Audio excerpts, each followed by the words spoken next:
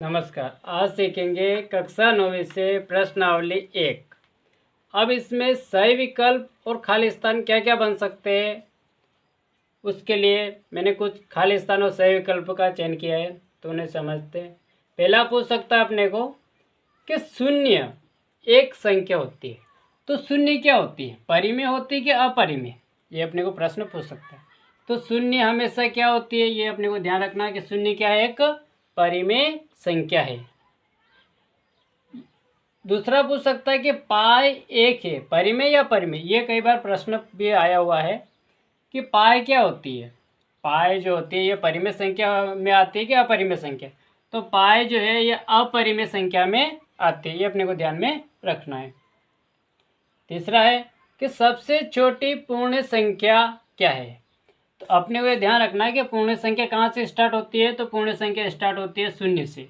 शून्य, एक, दो, तीन और इस प्रकार अनंत तक चलती जाती है। तो देखिए इसमें सबसे छोटी पूर्ण संख्या क्या है, तो सबसे छोटी पूर्ण संख्या क्या है, शून्य है। अगला कि सबसे छोटी प्राकृत संख्या क्या है। अब अपने को ध्यान रखना है प्राकृत संख्या शुरू कहाँ से होती है, तो प्राकृत संख्या शुरू होती है एक से। कहाँ से, एक से। एक, दो, तीन, चार, इस प्रकार अनंत तक चलती जाती है। तो सबसे छोटी कौन नजर आ रही है, तो इसमें सबसे छोटी एक है। तो देखो पूर्ण संख्या और प्राकृत संख्या में अंतर क्या है, तो पूर्ण संख्या शून्य से शुरू हो रही है, पूर्ण संख्या शून्य से शुरू हो रही है और प्राकृत संख्या एक से शुरू हो रही है, ये अपने को ध्यान रखना।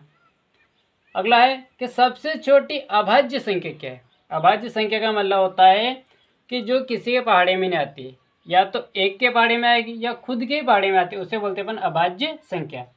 तो अभाज्य संख्या कौन कौन होती है, तो अभाज्य संख्या होती है एक तो 2, 3, 5, 7, 11, 13, इस प्रकार से ये किसी के पहाड़े में नहीं आती, इन्हें बोलते हैं अपन अभाज्य संख्या। तो ये बताओ कि सबसे छोटी अभाज्य संख्या कौन हुई, तो सबसे छोटी अभाज्य संख्या 2 होती है। अब यहाँ गलती क्या करते हैं कि यहाँ 2 के बजाय बहुत सारे क्या कर दे के आ जाते हैं 1, जो कि गलत हो जाता है। सबसे छोटी अभाज्य संख्या क्या है, 2 है। अब अगला है कि प्रत्येक प्राकृत संख्या, देखो क्या कह रहा है, प्राकृत संख्या, प्राकृत संख्या कहाँ शुरू हो रही है, 1 से शुरू हो रही है। एक पूर्ण संख्या होती है, तो प्रत्येक मतलब सभी प्राकृत संख्या पूर्ण संख्या होती है। तो पूर्ण संख्या कहाँ से शुरू होती है, शून्य से। शून्य, एक, दो, तीन, तो सभी प्राकृत संख्या जो है वो सभी पूर्ण संख्या के अंदर आ जाती है, इसलिए यह बात क्या हो जाती है, सत्य हो जाती है, क्योंकि सभी प्राकृत संख्या किसके अंदर आ जाएगी, सभी पूर्ण संख्या के अंदर आ जाती है। अगला है कि प्रत्येक पूर्णांक, अब पूर्णांक क्या होता है, तो पूर्णांक का मतलब होता है कि जो संख्या प्लस की भी हो और माइनस की भी हो, उसे बोलते हैं अपन पूर्णांक। जैसे मान लो +5, ये पूर्णांक में भी आ सकता है, और -5 ये पूर्णांक में भी आ सकता है। लेकिन माइनस की संख्या न तो पूर्ण संख्या होगी और न ही प्राकृत संख्या होगी, लेकिन पूर्णांक जो है वो प्लस का भी हो सकता है और माइनस का भी हो सकता है। तो क्या कह रहा है कि प्रत्येक पूर्णांक एक पूर्ण संख्या हो सकती है।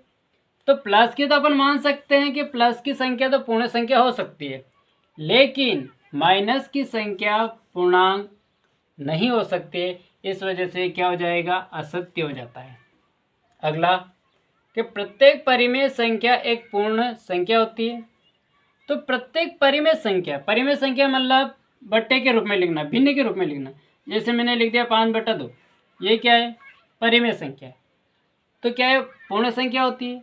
अब पूर्ण संख्या अपनों सीखी है कि पूर्ण संख्या तो कहाँ से शुरू होगी, शून्य शुरू होगी। 0, 1, 2, 3, तो क्या ये बट्टे में है, क्या नहीं है, इस वजह से ये भी क्या हो जाएगा, असत्य हो जाता है।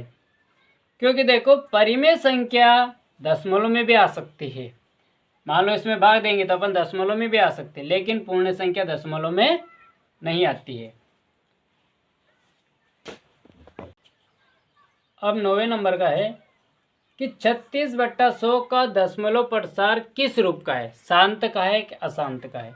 तो देखो इसके नीचे कितने शून्य, 2, जब 100 का इसमें भाग देंगे तो कितना आ जाता है इसका आंसर आ जाएगा, देखो 2 शून्य की वजह से 2 अंक छोड़ के क्या लग जाता है, दशमलव लग जाता है। तो 1 और 2 यहाँ दशमलव लग गया और यहीं से इसका आंसर क्या हो जाता है, खत्म हो जाता है। तो इसका दशमलव कैसा होगा, शांत होगा। अशांत का मतलब जिसमें मान लो सवाल का उत्तर खत्म ही नहीं होता है, उसे बोलेंगे अपन अशांत। अब 10वां है कि पी क्यू के रूप में लिखो। तो देखो इसका डायरेक्ट ही बता देता हूँ मैं। 0.6 और इसके ऊपर ये लाइन है, तो कुछ नहीं करना। लाइन कितनी संख्या के ऊपर है, एक संख्या के ऊपर, तो पहले लिखेंगे 6 और एक संख्या के ऊपर लाइन है, इसलिए इसके बट्टे में कितना लिख देंगे, 9। ये इसका आंसर हो जाएगा। और परीक्षा वाले ऐसे क्या कर सकता है, और सरल करके भी लिख सकता है। देखो ये दोनों किसके बारे में आ रहे हैं, 3 के बारे में, तो 3 से इसे भाग भी दे सकता हो। 3 दूना 6, 3 तिया 9, तो 2/3 भी वो लिख सकता है। या तो 6/9 लिख देगा या 2/3 लिख देगा। यहाँ देखो लाइन कितने के ऊपर है, 2 संख्या के ऊपर है, तो कुछ नहीं करना है। पहले लिखेंगे 47 और बट्टे में 2 संख्या के ऊपर लाइन है ना, तो क्या कर देंगे, 9 को कितने बार लिख देंगे, 2 बार लिख देंगे। ये इसका आंसर हो जाएगा। इसमें देखो लाइन कितनी संख्या के ऊपर है, 3 के ऊपर है, तो कुछ नहीं करना है, ये 1 लिख दिया और नीचे कितने बार 9 लिखेंगे, 3 बार 9 लिख देंगे। ये इसका डायरेक्ट क्या हो जाएगा, आंसर आ जाएगा। अब अगला है 11वें नंबर का कि 0.999, इसमें 9 खत्म ही नहीं हो रहा है, तो इसको कह रहा है पी क्यू के रूप में लिखो, मतलब परिमेय संख्या के रूप में लिखो। तो कुछ नहीं करना, क्या खत्म नहीं हो रहा है, 9 खत्म नहीं हो रहा है, तो क्या लिखेंगे इसका आंसर, इसका आंसर लिखेंगे 0.9। ये 9 खत्म नहीं हो रहा ना, इस 9 के ऊपर क्या लगा देंगे अपन, ये लाइन खींच देंगे। ये इसका आंसर हो जाएगा। अगला है कि 9 की घात कितनी, 1/2 है, तो इसका मान बताओ। तो देखो 9 के जब भी अपन गुणनखंड निकालते हैं तो कितना आता है, 3 तिया 9, 3 एकम 3, मतलब 3 कितनी बार आए, 2 बार आए, तो 3 की घात क्या लगा देता हूँ मैं, यहाँ 2 लगा दी। और पूरे के घात कितनी, 1/2। जब घात के भी घात होती है तो उनका आपस में क्या होता है, गुणा होता है। तो 3 और पूरे घात ये 2 और इस यहाँ कितना 1/2। 2 से 2 को काट देंगे, कितनी घात बची, 1, और 1 घात हर संख्या की होती है, तो आंसर कितना आ जाएगा, 3 निकल जाएगा। अगला देखो, यहाँ देखो यहाँ भी 2 है, यहाँ भी 2 है, इस 2 की घात कितनी, 2 है, इस 2 की घात कितनी, 3 है। जब भी आधार समान हो, मतलब ये संख्या समान हो, तो इनके लिए तो केवल 1 लिख देंगे। और ये इंटू का मतलब होता है गुणा, तो गुणे में घातें क्या होती है, जोड़ती है। तो इस 2 को और इस 3 को क्या कर लूँ मैं, जोड़ लूँगा, तो कितना हो जाएगी इसकी घात, 5 हो जाएगी। और 2 को 5 बार लिख के गुणा कर लेंगे, तो गुणा कर ले, 2 दूना 4, 4 दूना 8, 8 दूना 16, 16 दूना 32, आंसर कितना आ जाएगा इसका, 32। यहाँ देखो यहाँ काय में, ये भाग में आधार समान है, यहाँ भी 11 है, यहाँ भी 11 है, तो जब भी आधार समान हो तो आधार 1 लिख देते हैं। और भाग में घातें क्या होती है, घट जाती है, मतलब 5 में से क्या घटा देंगे, 2 घटा देंगे, कितनी घात बच जाएगी, 3, और 11 को 3 बार लिखकर गुणा कर लेंगे, इसका आंसर आ जाएगा। अब 15वां नंबर का देखो, 2 माइनस √5 परिमेय संख्या क्या, परिमेय संख्या। तो अपन परिमेय और अपरिमेय को कैसे पहचानेंगे, तो जब भी अंडर रूट के अंदर कोई अभाज्य संख्या आ जाए, मतलब जो किसी के पहाड़े में नहीं आती, अगर ऐसी संख्या अंडर रूट के अंदर आ जाती है तो ये क्या होगी, अपरिमेय होगी।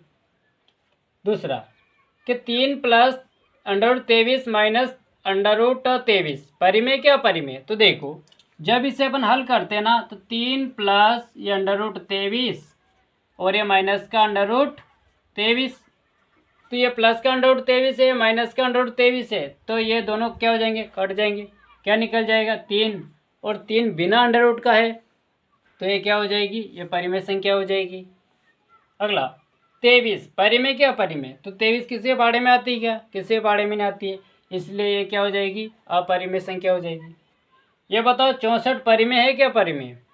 तो 64 किसी पहाड़े में आते हैं, तो आते हैं, तो 64 किसका वर्ग होता है, तो 64 8 का वर्ग होता है। और यहाँ से अगर इनके गुणनखंड निकालते हैं तो क्या निकलता है, 8 निकलता है, इस वजह से 64 क्या है, परिमेय संख्या है। अगला है कि 1/7 में हर का परिमेयकरण क्या होगा। तो जब भी अपने को हर का परिमेयकरण पूछे तो हर में कौन है, √7, इसका ऊपर भी गुणा कर दो, नीचे भी गुणा कर दो, तो √7 का गुणा 1 में करें तो क्या होगा, 7 एकम 7, ये अंडर रूट के 7, यहाँ समान अंडर रूट है, तो यहाँ इनका अंडर रूट क्या हो जाएगा, हट जाएगा, तो कितना निकलेगा, अंडर रूट 7/7। ये इसका क्या हो जाएगा, आंसर आ जाएगा।